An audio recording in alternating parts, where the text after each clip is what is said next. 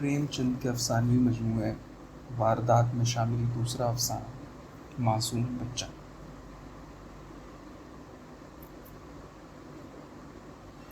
گنگو کو لوگ برہمن کہتے ہیں اور وہ اپنے کو برہمن سمجھتا بھی۔ میرے سائنس اور خدمتگار مجھے زور سے سلام کرتے ہیں۔ گنگو مجھے کبھی سلام نہیں کرتا۔ وہ شاید مجھ سے پالگن کی توقع رکھتا ہے۔ میرا جھوٹا گلاس کبھی ہاتھ سے نہیں چھوتا اور نہ کبھی میری اتنی ہمت ہوئی کہ اس سے پنکھا جلنے کو کہوں۔ جب میں پسینے میں تر ہوتا ہوں اور وہاں کوئی دوسرا آدمی نہیں ہوتا تو گنگو آپ پنکھا اٹھا لیتا ہے، لیکن اس کے چہرے سے صاف عیاں ہوتا ہے کہ وہ مجھ پر کوئی احسان کر رہا ہے، اور میں بھی نہ جانے کیوں فوراً ہی اس کے ہاتھ سے پنکھا چھین لیتا ہوں۔ تیز مزاج آدمی ہے، بات کی مطلق برداشت نہیں۔ ایسے بہت کم آدمی ہیں جن سے اس کی دوستی ہے۔ سائنس اور خدمتگار کے ساتھ بیٹھنا شاید وہ کثر شان سمجھتا ہے۔ میں نے اسے کسی سے بے تکلف ہوتے نہیں دیکھا، نہ میلے تماشے میں جاتے دیکھا۔ حیرت یہ ہے کہ اسے بھنگ بوٹی سے بھی شوق نہیں، جو اس طبقے کے آدمیوں میں ایک غیر معمولی وصف ہے۔ وہ کبھی پوجا پاٹ نہیں کرتا اور نہ اسے ندی میں اشنان کرنے کا خفت ہے۔ بالکل ناحرف شناس آدمی ہے، لیکن پھر بھی وہ برہمن ہے اور چاہتا ہے کہ دنیا اس کی تعظیم اور خدمت کرے۔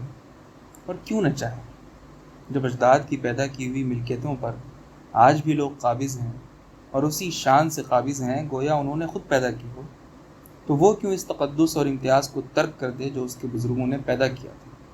یہی اس کا ترکہ ہے۔ میری طبیعت کچھ اس قسم کی واقع ہوئی ہے کہ اپنے ملازموں سے بہت کم بولتا ہوں۔ میں چاہتا ہوں جب تک میں نہ بلاؤں کوئی میرے پاس نہ آئے۔ مجھے یہ اچھا نہیں لگتا کہ ذرا سی باتوں کے لیے آدمیوں کو آواز دیتا پھروں۔ مجھے اپنے ہاتھ سے سراہی سے پانی انڈیل لینا، یا لیمپ جلا لینا، یا اپنے جوتے پہن لینا، یا الماری سے کوئی کتاب نکال لینا اس سے کہیں زیادہ آرام دہ معلوم ہوتا ہے کہ ہینگن اور میکو کو پکاروں۔ اس سے مجھے اپنی آزادی اور خود اختیاری کا احساس ہوتا ہے۔ نوکر بھی میرے مزاج سے واقف ہو گئے ہیں اور بلا ضرورت میرے پاس بہت کم آتے ہیں۔ اس لیے ایک دن اعلیٰ صبح جب گنگو میرے سامنے آ کر کھڑا ہو گیا تو مجھے کچھ ناگوار گزرا۔ یہ لوگ جب آتے ہیں تو یا تو پیشگی حساب میں کچھ مانگنے کے لیے یا کسی دوسرے ملازم کی شکایت کرنے کے لیے، اور مجھے یہ دونوں حرکتیں حد درجہ ناپسند ہیں۔ میں پہلی کو ہر ایک کی تنخواہ بے باک کر دیتا ہوں، اور بیچ میں جب کوئی مانگتا ہے تو مجھے غصہ آتا ہے۔ کون 2-4 روپے کا حساب رکھتا پھر جب کسی کو منہ بھری مزدوری مل گئی تو اسے کیا حق ہے کہ اسے 15 دن میں خرچ کر دے اور قرض یا پیشگی کی ذلت اختیار کرے۔ اور شکایتوں سے مجھے سخت نفرت ہے۔ میں شکایت کو کمزوری کی دلیل سمجھتا ہوں، یا خوشامد پرستی اور امداد طلبی کی کمینہ کوشش۔ میں نے چیں بجبی ہو کر کہا، کیا معاملہ ہے؟ میں نے تو تمہیں بلایا نہیں۔ گنگو کے تیکھے بے نیاز چہرے پر آج کچھ ایسی لجاجت، کچھ ایسی التجا، کچھ ایسا حجاب تھا کہ مجھے تعجب ہوا۔ ایسا معلوم ہوا کہ وہ کچھ جواب دینا چاہتا ہے مگر الفاظ نہیں مل رہے۔ میں نے ذرا اور تیز ہو کر کہا، آخر بات کیا ہے؟ کہتے کیوں نہیں؟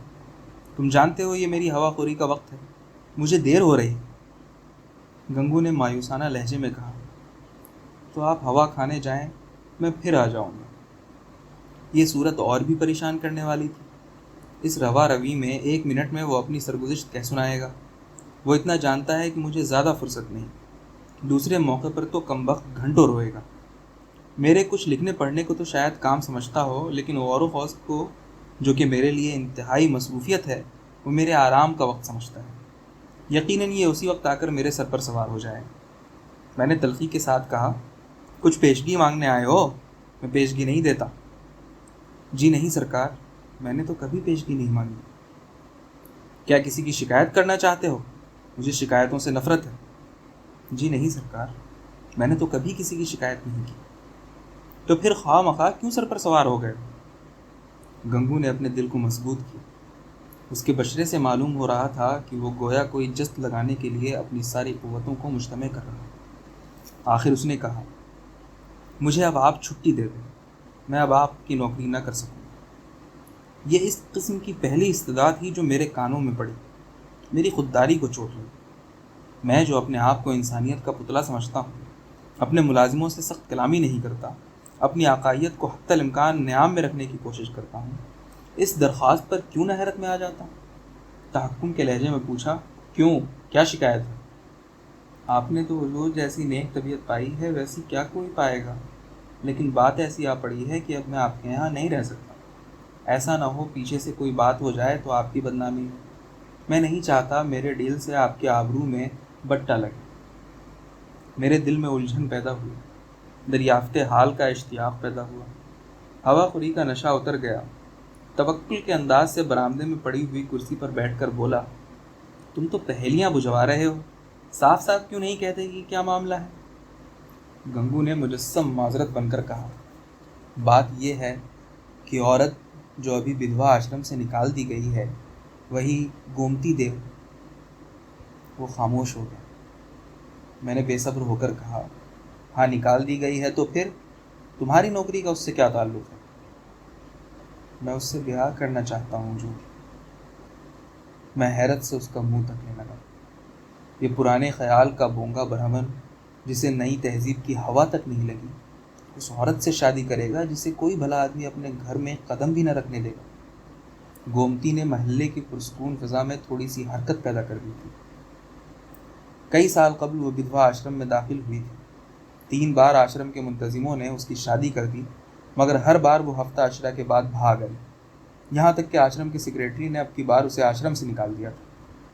وہ اسی محلے میں ایک کوٹری لے کر رہتی تھی اور سارے محلے کے شہدوں کے لیے دلچسپیوں کا مرکز بنی ہوئی تھی۔ مجھے گنگو کی سادہ لوہی پر غصہ بھی آیا اور رحم بھی۔ اس بے وقوف کو ساری دنیا میں کوئی عورت ہی نہ ملتی تھی جو اس سے شادی کرنے جا رہا ہے۔ جب وہ 3 بار شوہروں کے پاس سے بھاگ آئی تو اس کے پاس کتنے دنوں رہے گی؟ کوئی گانٹھ کا پورا آدمی ہوتا تو ایک بات بھی تھی، شاید 1-6 مہینے ٹک جاتی۔ یہ محض آنکھ کا اندھا ہے، 1 ہفتہ بھی تو نبھانا ہوگا۔ میں نے تنبیہ آمیز لہجے میں پوچھا، تم اس عورت کے حالات سے واقف ہو؟ گنگو نے عین الیقین کے انداز سے کہا، سب جھوٹ ہے سرکار، لوگوں نے اس کو ناحق بدنام کیا۔ کیا مانا؟ کیا وہ 3 بار اپنے شوہروں کے پاس سے نہیں بھاگ آئی؟ ان لوگوں نے اسے نکال دیا تو کیا کرتی؟ کیسے احمق آدمی ہو، کوئی اتنی دور سے آ کر شادی کر کے لے جاتا ہے، ہزاروں روپے خرچ کرتا ہے اس لیے کہ عورت کو نکال دے؟ گنگو نے شاعرانہ جوش کے ساتھ کہا، جہاں محبت نہیں ہوتی ہے حضور وہاں کوئی عورت نہیں رہ سکتی۔ عورت خالی روٹی کپڑا تو نہیں چاہتی ہے، کچھ محبت بھی تو چاہتی ہے۔ وہ لوگ سمجھتے ہوں گے کہ ہم نے بدھوا سے بیاہ کر کے اس کے اوپر کوئی بڑا احسان کیا ہے، چاہتے تھے کہ وہ دل و جان سے اس کی ہو جائے، لیکن دوسرے کو اپنا بنانے کے لیے پہلے آپ کو اس کا بن جانا پڑ جاتا ہے۔ حضور یہ بات ہے۔ پھر اسے ایک بیماری بھی ہے، اسے کوئی بھوت لگا ہوا ہے، وہ کبھی بکجھک کرنے لگتی ہے اور بے ہوش ہو جاتی ہے۔ اور تم ایسی عورت سے شادی کرو گے؟ میں نے شبہ کے انداز سے سر ہلا کر کہا، سمجھ لو زندگی تلخ ہو جائے گی۔ گنگو نے شہیدانہ سرگرمی سے کہا، میں تو سمجھتا ہوں میری زندگی بن جائے گی، آگے بھگوان کی مرضی۔ میں نے زور دے کر کہا، تو تم نے طے کر لیا ہے؟ ہاں حضور۔ تو میں تمہارا استعفیٰ منظور کرتا ہوں۔ میں بے معنی رسوم اور مہمل بندشوں کا غلام نہیں ہوں، لیکن جو آدمی ایک فاحشہ سے شادی کر لے اسے اپنے یہاں رکھنا اندیشے سے خالی نہ تھا۔ آئے دن قضیے ہوں گے، نئی الجھنیں پیدا ہوں گی، کبھی پولیس تحقیقات کرنے آئے گی، کبھی مقدمے کھڑے ہوں گے۔ کیا عجب ہے چوری کی وارداتیں بھی ہوں۔ گنگو بھوکے آدمی کی طرح روٹی کا ٹکڑا دیکھ کر اس کی طرف لپک رہا ہے۔ روٹی خشک ہے، بدمزہ ہے، اس کی اسے پرواہ نہیں۔ اس کا عقل سلیم سے کام لینا محال تھا۔ میں نے اس کو علیحدہ کرنے ہی میں اپنی عافیت سمجھی۔ 5 مہینے گزر گئے۔ گنگو نے گومتی سے شادی کر لی تھی اور اس محلے میں ایک کھپریل کا مکان لے کر رہتا تھا۔ اب وہ چاٹ کا خانچہ لگا کر گزر بسر کرتا تھا۔ مجھے جب کبھی بازار میں مل جاتا میں اس سے فوراً استفسار حال کرتا۔ مجھے اس کے حالات سے خاص دلچسپی ہو گئی۔ یہ ایک معاشرتی مسئلے کی آزمائش تھی، معاشرتی ہی نہیں بلکہ نفسیاتی بھی۔ میں دیکھنا چاہتا تھا کہ اس کا انجام کیا ہوتا ہے۔ میں گنگو کو ہمیشہ خوش و خرم دیکھتا ہوں۔ فراغت اور بے فکری سے چہرے پر جو ایک نفاست اور مزاج میں ایک خودداری پیدا ہو جاتی ہے وہ مجھے یہاں صریحاً نظر آتی تھی۔ روپے 20 آنے کی بکری ہو جاتی تھی، اس میں لاگت نکال کر 8-10 آنے بچ جاتے تھے۔ یہی اس کی معاش تھی، مگر اس میں کوئی خاص برکت تھی، کیونکہ اس طبقے کے آدمیوں میں جو بے سر و سامانی، جو بے غیرتی نظر آتی ہے، ان سے وہ پاک تھا۔ اس کے چہرے پر خود اعتمادی اور مسرت کی جھلک تھی جو سکون قلب ہی سے پیدا ہو سکتی ہے۔ ایک دن میں نے سنا کہ گومتی گنگو کے گھر سے بھاگ گئی۔ کہہ نہیں سکتا کیوں مجھے اس خبر سے ایک خاص خوشی ہوئی۔ مجھے گنگو کے اطمینان اور پرعافیت زندگی پر ایک طرح کا رشک آتا تھا۔ میں اس کے بارے میں کسی رسوا کن سانحے، کسی دل فگار اور تباہ کن تغیر کا منتظر تھا۔ آخر اسے اپنی سہل اعتقادی کا تاوان دینا پڑا۔ اب دیکھیں وہ کس طرح منہ دکھاتا ہے۔ اب آنکھیں کھلیں گی اور معلوم ہوا کہ لوگ جو اسے شادی سے باز رکھنے کی کوشش کر رہے تھے کتنے نیک نیت تھے۔ اس وقت تو ایسا معلوم ہوتا تھا گویا حضرت کو ایک نایاب چیز ملی جا رہی ہے، گویا نجات کا دروازہ کھل گیا ہے۔ لوگوں نے کتنا سمجھایا، کتنا کہا کہ یہ عورت اعتبار کے قابل نہیں، کتنوں کو دغا دے چکی ہے، تمہارے ساتھ بھی دغا کرے گی، مگر اس پر مطلق اثر نہ۔ اب اس ابلہانہ ضد کا خمیازہ اٹھاؤ۔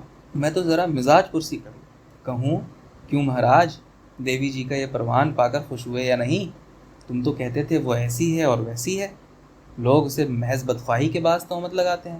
اب بتاؤ کون غلطی پر تھا؟ اب آ گیا خیال شریف میں کہ حسن فروش عورتوں سے لوگ کیوں اعتراض کرتے ہیں۔ اسی دن اتفاق سے بازار میں گنگو سے میری ملاقات ہو گئی۔ بدحواس تھا، بالکل کھویا ہوا، گم گشتہ، کشتی شکستہ۔ مجھے دیکھتے ہی اس کی آنکھوں میں آنسو بھر آئے۔ ندامت سے نہیں، درد سے میرے پاس آ کر بولا، بابو جی، گومتی نے میرے ساتھ بھی دغا کیا۔ میں نے حاسدانہ مسرت سے لیکن بظاہر ہمدردی کا اظہار کر کے کہا، تم سے تو میں نے پہلے ہی کہا تھا، لیکن تم مانے ہی نہیں۔ اب صبر کرو، اس کے سوا اور کیا چاہ رہا ہے؟ روپے پیسے صاف کر لے گئی یا کچھ چھوڑ گئی؟ گنگو نے سینے پر ہاتھ رکھا۔ ایسا معلوم ہوا گویا میرے اس سوال نے اس کے جگر کے ٹکڑے کر دیے۔ ارے بابو جی، ایسا نہ کہیے، اس نے ڈھیلے کی چیز بھی نہیں چھوئی، اپنا جو کچھ تھا وہ بھی چھوڑ گئی۔ نہ جانے مجھ میں کیا برائی دیکھی، میں اس کی لائق نہ تھا، بس اور کیا کہوں۔ وہ پڑھی لکھی، ماں کریا اچھر بھینس برابر، میرے ساتھ اتنے دن رہی، یہی بہت تھا۔ کچھ دن اور اس کے ساتھ رہ جاتا تو آدمی بن جاتا۔ اس کا آپ سے کہاں تک بخان کروں بابو جی؟ اوروں کے لیے وہ چاہے کچھ رہی ہو، وہ میرے لیے کسی دیوتا کا آشیرواد تھی۔ کیا جانے مجھ سے ایسی کیا خطا ہو گئی، مگر قسم لے لیجئے جو اس نے بھول کر بھی شکایت کی ہو۔ میری اوقات ہی کیا ہے بابو جی، 10-12 آنے روز کا مجور ہوں، مگر اسی میں اس کے ہاتھوں اتنی برکت تھی کہ کبھی کوئی تکلیف نہیں ہوئی، کبھی میں نے اس کے چہرے پر میل نہیں دیکھا۔ مجھے ان الفاظ سے سخت مایوسی ہوئی۔ میں نے سمجھا تھا وہ اس کی بے وفائی کی داستان کہے گا اور میں اس کی حماقت پر حاسدانہ ہمدردی کروں گا۔ اس احمق کی آنکھیں اب تک نہیں کھلیں، اب بھی اسی کا کلمہ پڑھ رہا ہے۔ ضرور اس کے دماغ میں کچھ خلل ہے۔ میں نے شماتت آمیز ظرافت شروع کی، تو وہ تمہارے گھر سے کچھ نہیں لے گئے؟ کچھ نہیں بابو جی، ڈھیلے کی چیز بھی نہیں، اور تم سے محبت بھی بہت کرتی تھی۔ اب آپ سے کیا کہوں بابو جی، وہ محبت تو مرتے دم تک یاد رہے گی۔ پھر بھی تمہیں چھوڑ کر چلی گئی، یہی تو تعجب ہے بابو جی۔ تریہ چرتر کا نام کبھی سنا ہے؟ ارے بابو جی، ایسا نہ کہ میری گردن پر کوئی چھری بھی رکھ دے تو بھی میں اس کا جیسی گائے جاؤں گا۔ تو پھر ڈھونڈ نکالو۔ ہاں مالک، جب تک اسے ڈھونڈ نہ لاؤں مجھے چین نہ آئے گا۔ مجھے اتنا معلوم ہو جائے کہ وہ کہاں ہے، پھر تو میں اسے لے ہی آؤں گا۔ اور بابو جی، میرا دل کہتا ہے کہ وہ آئے گی ضرور، دیکھ لیجئے گا۔ وہ مجھ سے خفا نہیں تھی، لیکن دل نہیں مانتا۔ جاتا ہوں، 1-2 مہینے جنگل پہاڑ کی خاک چھانوں گا، جیتا رہا تو آپ کے درشن کروں گا۔ یہ کہہ کر وہ مجنونہ رفتار سے ایک طرف چل دی۔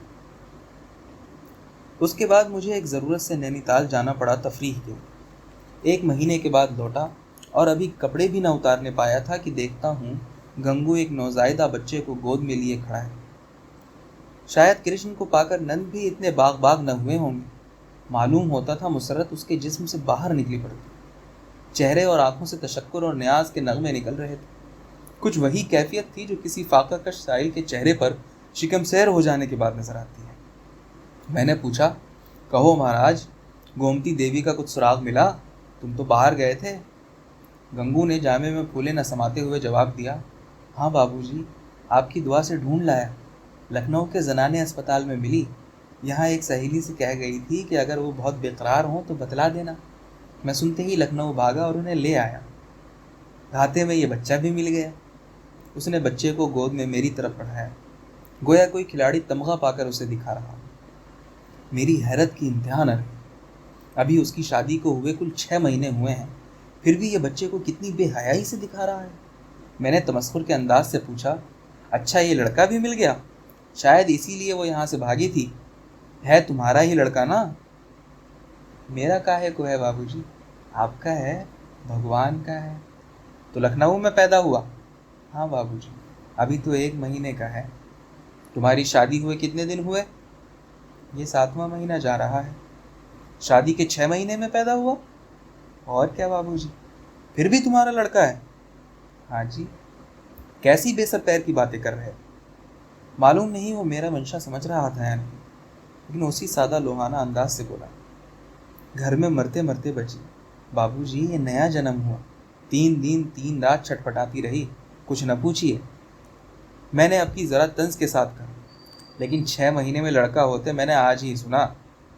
یہ کنایا نشانے پر جا بیٹھا، معذرت آمیز تبسم کے ساتھ بولا، مجھے تو بابوجی اس کا خیال بھی نہیں آیا، اسی لات سے تو گومتی بھاگی تھی۔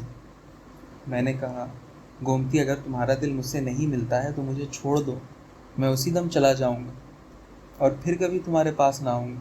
مجھے تم سے کوئی ملال نہیں ہے، تم میری نظر میں اب بھی اتنی ہی بھلی ہو، اب بھی میں تمہیں اتنا ہی چاہتا ہوں۔ نہیں، اب میں تمہیں اور زیادہ چاہتا ہوں، لیکن اگر تمہارا دل مجھ سے پھر نہیں گیا ہے تو میرے ساتھ چلو۔ گنگو جیتے جی تم سے بے وفائی نہیں کرے گا۔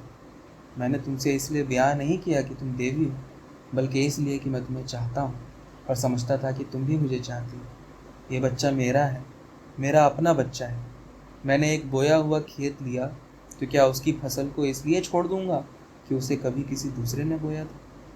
یہ کہہ کر اس نے زور سے قہقہا مارا۔ میں کپڑے اتارنا بھول گیا۔ کہہ نہیں سکتا کہ کیوں میری آنکھیں پرآب ہو گئیں۔ نہ جانے وہ کون سی طاقت تھی جس نے میری دلی کراہٹ کے باوجود میرے ہاتھوں کو بڑھا دیا۔ میں نے اس معصوم بچے کو گود میں لے لیا اور اس پیار سے اس کا بوسہ لیا کہ شاید اپنے بچوں کا کبھی نہ لیا ہو۔ گنگو بولا، بابوجی آپ بڑے شریف ہیں، میں گومتی سے برابر آپ کا بخان کیا کرتا ہوں، کہتا ہوں چل ایک بار ان کے درشن کرا، لیکن مارے شرم کے آتی ہی نہیں۔ میں اور شریف؟ اپنی شرافت کا پردہ آج میری نظروں سے ہٹا۔ میں نے عقیدت میں ڈوبے ہوئے لہجے میں کہا، نہیں جی، وہ میرے جیسے سیاہ دلوں کے پاس کیا آئیں گی؟ چلو میں ان کے درشن کرنے چلتا ہوں۔ تم مجھے شریف سمجھتے ہو؟ میں ظاہر میں شریف مگر دل کا کمینہ ہوں۔ اصلی شرافت تم میں ہے، اور یہ معصوم بچہ وہ پھول ہے جس سے تمہاری شرافت کی مہک نکل رہی ہے۔ میں بچے کو سینے سے چمٹائے ہوئے گنگو کے ساتھ چلا۔